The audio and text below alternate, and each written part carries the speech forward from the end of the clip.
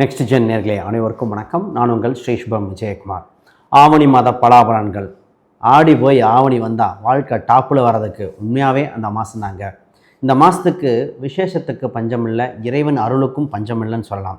ஏன்னா ஃபஸ்ட்டு பார்த்திங்கன்னா ஆவணி அவிட்டம், வரலட்சுமி நோன்பு இருக்குது, கோகுல அஷ்டமி, ஓணம் பண்டிகை, இதோடு முடிஞ்சுதான் ஆவணி மூலம். ஆவணி மூலம் பார்த்திங்கன்னா மதுரை மீனாட்சி அம்மன் இந்த விசேஷங்கள் அற்புதமாக இருக்கும். அப்போ இந்த மாதம் தொட்டே இறைவனோட அருள் கிட்டும் மாதமாக இருக்கின்றன. பொதுவாக புது தொழில்கள் தொடங்க, வீடு மாற்ற, அது மட்டும் இல்லாமல் மனதில் இருக்கிற கவலைகள் விலக, பல காலகட்டம் எப்போ சார் மாறும் எல்லாமே இந்த மாதம்தான். இல்லை கிரகப்பயிற்சிகள் பல நடக்குது. சூரியன் சிம்மத்தில் வந்த உடனே ஜொலிக்க காலகட்டம் வந்து விட்டன. முதல்ல இந்த நேரம் வந்த உடனே பார்த்திங்கன்னா கவலைகள் தீர்ந்து மக்கள் மகிழ்ச்சியில் பொங்குகிற காலகட்டங்கள். முதல்ல பொருளாதார விருத்தி, தைரியம், தன்னம்பிக்கை பெருகுகிற காலகட்டங்கள். வீண்டவுடன் எந்திரிச்சு வரக்கூடிய சூழ்நிலையில் வந்தாச்சு. உறவுகள் வலுப்படுகின்றன. பிஸ்னஸ் சம்மந்தப்பட்டது, வேலைக்கு செல்பவர்கள் ஒரு புதிய பரிணாமம் அடைகின்றன. ஒரு சிலர் ஹெல்த் ரீதியாக ரொம்ப பாதிச்சுட்டு இருந்தாங்க. சார் எப்போ சார் எங்களுக்கு மாறும், எப்போ விடிவு காலம் வரும், நல்ல காலம் பிறக்கும் சொல்கிறாங்களே எப்போ, அதற்குண்டான விடைகளாக வருகின்ற மாதம்தான் இந்த மாதம். இந்த மாதத்தில் எண்ணற்ற கேள்விகள் மக்களுக்கு மனதில் தேங்கி இருந்தது. ஆடி மாதம் வேண்டாம், தள்ளி போடுங்க. ஒரு மாதம் தள்ளி போட்டேன் சார். வீடு கட்டுறதுலேருந்து, சொத்து வாங்குறதுலேருந்து, கடன் அடைக்கிறதுலேருந்து எல்லாமே மாறியாச்சு. விடியல் எப்பொழுது இதோ உங்களுக்கு. இந்த மாதத்தில் வந்த உடனே ஃபஸ்ட்டு மனம் மகிழ்ச்சி ஏற்படுது. உலகில் ரீதியாக மாற்றம் ஏற்படுது. உங்களுக்கு ஏற்படாதா? நிச்சயமாக ஒரு பலிதம் ஏற்படும். இந்த நேரத்தில் இறையருளும் உங்களுக்கு குடும்ப ரீதியாக பல முக்கிய முடிவும் எடுக்க வேண்டிய காலகட்டம் வந்தாச்சு. ரைட், அதை பற்றி தெளிவாக ஜெயிக்கின்ற காலகட்டம் என்னென்னு பார்த்துருவோம். முதல்ல புதுசாக பார்க்குறவங்க சப்ஸ்கிரைப் பண்ணிக்கோங்க. கேள்விகள் சந்தேகம்னா பார்த்துட்டு கமெண்ட் பண்ணுங்கள். தனுசு ராசி அன்பர்கள், எத்தனை கஷ்டங்கள், எத்தனை கவலைகள் மனசிலே போட்டி வச்சுருந்தோம் சார். இப்போயாவது ஒரு மறுமலர்ச்சி நடந்து சந்தோஷம் மறந்து மத்தாப்பா வாழ்க்கை ஜொலிக்காதா அப்படின்னு ஏங்கிக்கிட்டு இருக்கிற அன்பர்களான நீங்கள், உங்களுக்கு விடிவு காலம் வந்தாச்சு. உங்கள் ராசிக்கு 9ஆம் இடம் பாக்யஸ்தானத்தை சூரிய பகவான் வரும்போது பாக்யாதிபதி வலுப்பெறுகிறார். வாழ்வில் வளமான சூழ்நிலை நடக்குது. இத்தனை நாள் ஏன் நடக்கலை கேட்ட கேள்விக்கு இதாங்க விட. ஏன்னா உங்களுக்கு நல்லது நடக்குது. இதுக்கு முன்னாடி எல்லாமே கிடைக்கிற மாதிரி அடைய முடியாமல் இருந்தது. எல்லாமே பதில் சொல்கிறேன்னு சொல்லாமல் இருந்தது. எல்லாமே ஸ்லோவாக இழுத்து நடக்குதுங்கப்பா அப்படின்னு நடந்ததுக்கெல்லாம் காலம் மாறுதுங்க. ஃபஸ்ட்டு நல்ல விஷயம், நல்லதே நினைக்க போகிறீங்க, நல்லதே நடக்க போகுது. முதல்ல இந்த ராசி அன்பர்கள் பார்த்திங்கன்னா பொருளாதார ரீதியாக ஒரு உயர்வு உண்டு. திடீர் அதிர்ஷ்டம், திடீர் பணவரவு. இந்த பணவரவு பார்த்திங்கன்னா எப்படி நடக்குது என்னென்னு சொல்ல முடியாது, ஆனால் திடீர்னு ஒரு வாய்ப்பு உண்டு. தனுசு ராசி அன்பர்களுக்கு இயற்கையாக நாலேஜாக அதை பயன்படுத்தக்கூடியது. இவங்க ஸ்மார்ட் ஒர்க் தான் பண்ணணும், ஹார்ட் ஒர்க் பண்ணக்கூடாது. ஸ்மார்ட் ஒர்க் ஹார்ட் ஒர்க்னால் இப்போ உங்களுக்கு அறிவை அதிகமாக பயன்படுத்தி பண்ணுங்கள். அந்த அதில் இப்போ பணம் ரீதியாக வரும். அதை சரியாக முதலீடு பண்ணி வரக்கூடியது. உங்களுக்கு எங்கே பணம் எங்கே செல்வம் இருக்க கேட்டு பயன்படக்கூடியது. இதில் விரயம் குறையிறதே ஒரு லாபமாயிருதுங்க.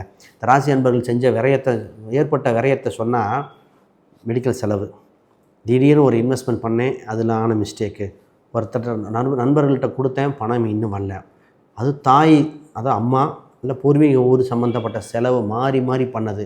இவங்க வீட்டு பராமரிப்பு செலவு, வண்டி வாகன பராமரிப்பு செலவு சொல்லவா வேணும், மாறி பண்ணியிருப்பாங்க. இவங்களுக்கே ஹெல்த்து, இந்த லங்ஸ் சம்மந்தப்பட்ட தொந்தரவு ஏற்பட்டு இப்போ தான் கொஞ்சம் வெளியே வரும். அப்போ இந்த விரயம் இதிலிருந்து மாறுது. விரயங்கள் நிற்கின்ற, லாபங்கள் அதிகரிக்கிறது. வீடு சம்மந்தப்பட்ட பராமரிப்பு பணம் இருக்கிறவங்களுக்கும் இப்போ குயிக்காக நல்லபடியாக வருது. சரி, இப்போ பண வரவு வருது. இது எப்படி வருதுன்னா, ஒன்று வேலை வாய்ப்பின் ரீதியாக வருது, பூர்வீக சொத்தின் ரீதியாக வருது, இல்லை பிஸ்னஸில் டெவலப்மெண்ட் வருது. இது மேலே வருது. ஒரு சிலருக்கு மட்டும் தான் கடன் வகையில் வருது. கடனாக பார்த்துக்கணும். இப்போ சார் ஒரு சில பொருளை விற்கணும் அப்படின்னு எதிர்பார்த்தவங்க இப்போ கரெக்டான காலம். சார் ரியல் எஸ்டேட் பண்ணுறவங்களுக்கு golden time. Real estate, transport system பண்ணுறவங்களுக்கு, கம்ப்யூட்டர் துறையில் இருக்கிறவங்களுக்கு, சினிமா, மீடியா அற்புதமாக இருக்குது. இது வளர்ச்சியான காலகட்டம். ரைட், இந்த அன்பர்கள் பார்த்தீங்கன்னா இப்போ கேள்வி, சார் வீடு இடம் வாங்கலாமா வேண்டாமா? வீடு இடம் இது சம்மந்தப்பட்டு செகண்ட் ஹேண்டு சம்மந்தப்பட்டது ஓகே. எலக்ட்ரிக் வாகனங்கள் நல்லா இருக்குது. மற்ற வாகனங்களை கவனமாக பார்த்து வாங்கணும். இது லக்ன ரீதியாக பார்த்து முடிவெடுக்க, தசாபத்தி ரீதியாக, கோச்சார ரீதியாக சொல்லிட்டோம், தசாபத்தி ரீதியாக பார்த்து முடிவெடுக்க வேண்டியது. உங்களுக்கு இந்த சீட்டு போடுற பணம் சம்மந்த கமிஷன் பணம் வரும்னு சொன்னேன். அந்த பணத்தை திருப்பி சரியான வகையில் கடன் அடைச்சி முதலீடு பண்ண வேண்டியது. உங்கள் ராசி அதிபதி 8ல் இருக்கார். இந்த குரு பகவான் 8ல் இருக்கும் காலகட்டத்தில் 8ம் கனியாக, 8ஆம் கனி கூட 8ம் கனியாக வரும். இப்போ என்னென்னா திடீர்னு ஒரு சான்ஸ் கிடைக்கும். எதிர்பார்க்கலாம், திடீர்னு வருது. இங்கே தான் கன்ஃபியூஷன் வரும். இப்போ திடீர்னு ஒரு ஜாப் ஆப்பர்ச்சுனிட்டி வருது, போகலாமா வேண்டாமா? திடீர்னு ஒரு சான்ஸ் எடுத்துக்கிறாங்க, இதை எடுத்துட்டா குடும்பத்தை ஃபேமிலியை பார்க்க முடியுமா, இந்த இருக்கிற வேலை பண்ண முடியுமா? வேலைக்கு போயிட்டே இருக்கேன், சைடில் ஒரு பிஸ்னஸ் ஆப்பர்ச்சுனிட்டி வரை எடுத்துக்கலாமா? இது மாதிரி ஒரு கன்ஃபியூஷன் வரும்.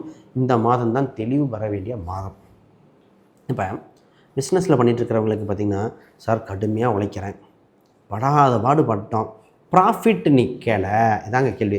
இதுக்கு என்னென்னா, அவங்க 10ஆம் இடத்துல இருந்த குரு பகவான் லாபாதிபதி 11ஆம் இதில் அந்த சுக்கிரன் நீச்சம் வலிமை குன்றிருந்தனால தான் 100 ரூபாய்க்கு வேலை செஞ்சால் 50 ரூபா தான் வந்து மீது 50 ரூபா அடுத்து தள்ளி போனது. ஆனால் காலம் மாறுகிறது, வலுவான சூழ்நிலை வந்து நிச்சயமாக மாறும். இப்போ இந்த ராசி என்பவர்களுக்கு பூஸ்டப் பண்ண ஒன்றும் இல்லை, உங்கள் ஆஃபீஸில் பூக்கள் கண்டிப்பாக அந்த சாமிக்கு படம் போடுறது, நெய் தீபம் போட்டுக்காங்க. பொதுவாக மற்ற தீபம் போடுவாங்க, உங்களுக்கு நெய் தீபம் போட்டால் கொஞ்சம் வளர்ச்சியாக இருக்குது. இதை பாருங்கள். சரி, இதெல்லாம் ஓகே சார். திருமணம் என்ன சார்? திருமணம் சம்பந்தப்பட்ட பேச்சுவார்த்தைகள் இதெல்லாம் நடைபெறுகிற காலகட்டம். குடும்பத்தில் புது நபர் உண்டு, பேச்சுவார்த்தைகள் நடக்கும். ஆனால் கொஞ்சம் வெயிட் பண்ணுங்கள். உடனே முடிவெடுத்து உடனே பண்ணணும் அப்படின்னு பண்ண வேண்டாம். ஏன்னால் உங்கள் 7க்குரியர் 8இல் தான் இருக்கிறார். இப்போ பேச்சுவார்த்தை பேசலாம், உறுதி கொடுக்கக்கூடாது. என்ன சார் ஆல்ரெடி வெயிட் பண்ணிட்டோம் சார், இவ்வளோ நாள் வெயிட் பண்ணிட்டீங்க, இருக்க ரியாலிட்டி பேசுகிறேன். இப்போ என்ன நடந்திருக்கும்னா, நீங்கள் ஓகே சொல்லி அவங்க பதில் சொல்லாமல் இருந்தது, பேச்சுவார்த்தை முடிகிற மாதிரி கிட்டத்தட்ட பத்திரிக்கை அடிக்கிற மாதிரி போய் நின்னது, பொண்ணுக்கும் பையனுக்கும் எல்லாத்துக்கும் பிடிச்சது அந்த வீட்டுக்காரங்க இல்லைன்னு சொல்லுது. இப்போ 2 வரன் பிடிச்சி ஜோசியம் ஒத்து வராமல் போனது, இதெல்லாம் நடந்திருக்கும். இப்போ இன்னொரு பார்க்கணும், உங்கள் ஜாதக ரீதியாக கல்யாணம் கோயில்லையா மண்டபத்துலையான்னு பார்க்கணும். மண்டபத்தில் ரிசப்ஷன் நீங்கள் கிராண்டாக கூட வச்சுக்கலாம், ஒன்றும் தவறு இல்லை. ஆனால் திருமணம் எங்கே வைக்கணும்னு ஜாதகம் இருக்குங்க. பொதுவாக இந்த நேரத்தில் என்ன டவுட்னா, உள்ளூர் வரனா வெளியூர் வரனா, இல்லை உறவில் திருமணமா, விருப்ப திருமணம் நடக்கும், இந்த மாதிரி திருமணத்தில் கன்ஃபியூஷன் நடக்கும். பொறுமை. ஆனால் யாருக்கு நல்லதுன்னா, ஆல்ரெடி கல்யாணமாகி டைவர்ஸ் ஆனவங்க, அவங்களுக்கு தான் ஒரு வாய்ப்பு வருது. இப்போ கணவன் மணியாக இருக்கிறவங்களுக்கு சின்ன சின்ன சண்டைகள், சச்சரவுகள், அடுத்து என்ன பண்ணலாம், இது லைஃப்பை லீட் ஆகுமா, எப்போ பார்த்தாலும் சண்டையாக இருக்குது, இது மாதிரி ஒரு டிசிஷன் மேக்கிங் இயர் டைம் தான். இப்போ குழந்தை ரீதியாக இந்த ராசிக்கு சொல்லலாம், குழந்தை இல்லாதவர்கள் குழந்தை பிறக்க வாய்ப்பு உண்டு. நிறைய பேர் குழந்தை மிஸ்கரேஜ் ஆனது, டியூபிள் நின்றுச்சுன்னு சொன்னது, பல ட்ரீட்மெண்ட் பார்த்துட்டோம் கிடைக்கல, டிஎன்ஏ மேட்சுன்னு சொன்னது, சத்து கிடைக்குமான்னு பல பேருக்கு, இந்த மாதிரி பல விஷயங்கள் இருந்துருக்கு இல்லையா. அவங்களுக்கெல்லாம் இப்பொழுது குழந்தை சம்மந்தப்பட்டது உண்டு. ஆல்ரெடி குழந்தை இருக்கிறவங்களுக்கே சொல்லுவாங்க, சார் குழந்தை கொஞ்சம் நல்லா படிக்கணுங்கிறோம், அவ்வளோ செலவு பண்ணுறோம், ஆனால் புரிஞ்சிக்க மாட்டேறான். இந்த இதுக்கெல்லாம் ஒரு டிசிஷன் எடுக்க வேண்டிய காலகட்டம். சார் உங்களுக்கு தந்தை வழி உறவில் ஆதாயம் உண்டு, பூர்வீக ரீதியான சொத்துக்கள் கிடைக்கக்கூடியது. இதில் வேலை ரீதியாக நிறைய பேர் பார்த்திங்கன்னா, இப்போ தான் வேலையில் ஜாப் மாற்றலாமா, வேறு ஏதாவது டிசிஷன் எடுக்கலாமா, ஏதோ ஒன்று பண்ணலான்னு தோணிகிட்ருக்கு. வேலை ரீதியாக புது முயற்சிகள் கொஞ்சம் வெயிட் பண்ணுங்கள். என்ன சார் எல்லாமே வெயிட் பண்ணுறாங்க, இந்த மாதத்தில் எல்லாமே அட்டன் பண்ணிவிட்டு உறுதி மட்டும் கொடுக்கறது கொஞ்சம் வெயிட் பண்ண வேண்டியது. ஜாதகம் பார்த்த முடியும். நான் சார் 6க்குரியவர் 12இல் நீச்சமாக இருக்கும், 10ல் நீச்சமாக இருக்கும்போது எப்படி சொல்கிறது?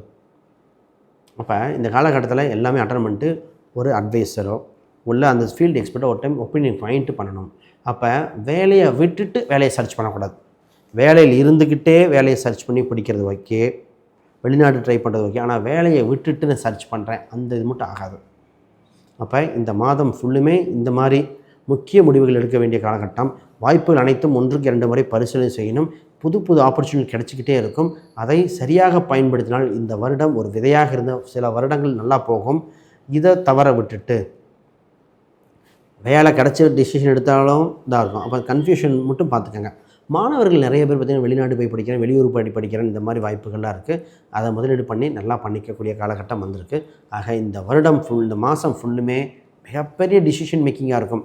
இந்த மாதிரி வேறு கேள்விகள் சந்தேகம்னா கீழே கமெண்ட் பண்ணுங்கள், இன்னும் எக்ஸ்ப்ளனேஷனை கொடுப்போம்.